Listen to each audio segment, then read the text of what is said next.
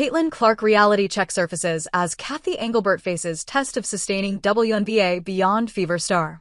It's the final week of the season, and the WNBA is already gearing up for the playoffs.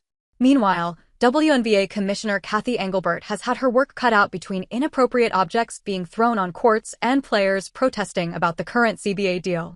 But before she could focus on these issues, a major problem was already lining up: Caitlin Clark's absence. On September 5th, Caitlin Clark finally broke her silence and provided an update via her Twitter account. She penned, "I had hoped to share a better update, but I will not be returning to play this season. I spent hours in the gym every day with the singular goal of getting back out there.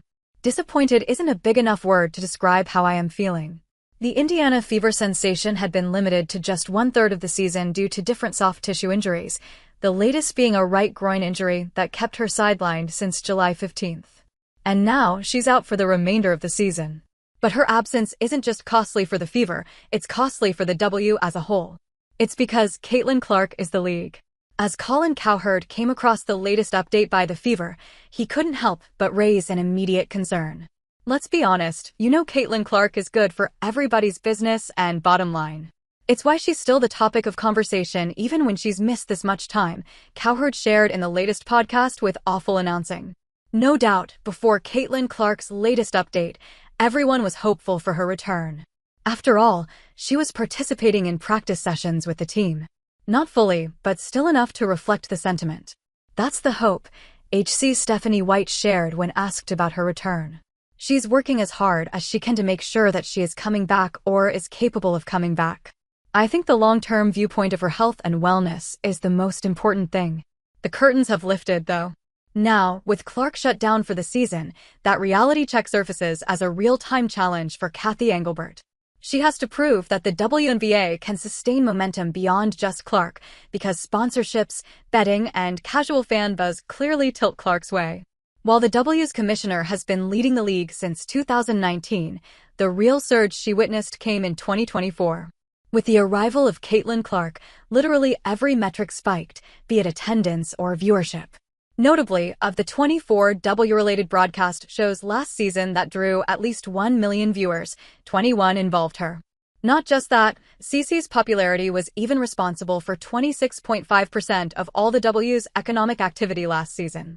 Ryan Brewer, an associate professor of finance at Indiana University of Columbus, who calculated the rise, shared, "If things just go as they were, and we have an expanded season of 22 home games with modest inflation, I'm looking at $875 million. And I could easily see that eclipsing $1 billion on the economic impact of Caitlin Clark this year," in an interview with NBC earlier this year. Whatever falls short will be because of her prolonged injuries. Still, Clark averaged 1.3 million viewers who tuned in on ESPN to watch Indy's preseason game at Carver Hawkeye Arena. That audience was bigger than all but 2 NBA games on ESPN since 2010. Even when fans knew she wouldn't play, they showed up for her, with long lines forming just to grab memorabilia. That kind of pull makes her season-ending absence all the more impactful. As Robin Lundberg put it better in one of his recent videos, I haven't read them, but I know that last year with Caitlin Clark, I would, if the game was on, I would drive home making a point. He added, "And when's that game on? I would watch it on my phone in the car so you could listen, not watch I'm driving, but you could listen to it in the car, and that's just not happening. Now I'm tracking the sparks a little out here."